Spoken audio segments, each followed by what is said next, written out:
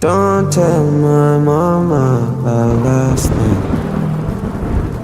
Don't let she know that I was cry.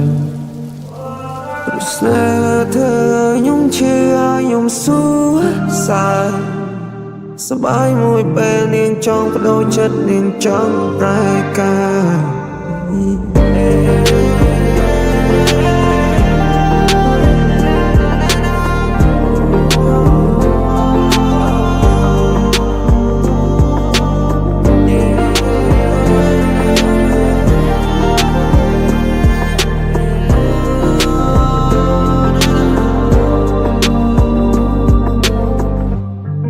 ខ្ញុំគួរតែធ្វើបែបណាស្រីខ្ញុំស្រឡាញ់នឹងផ្លែកសន្យាព្រោះភាពហឺហានឹងសុំใจផ្លូវ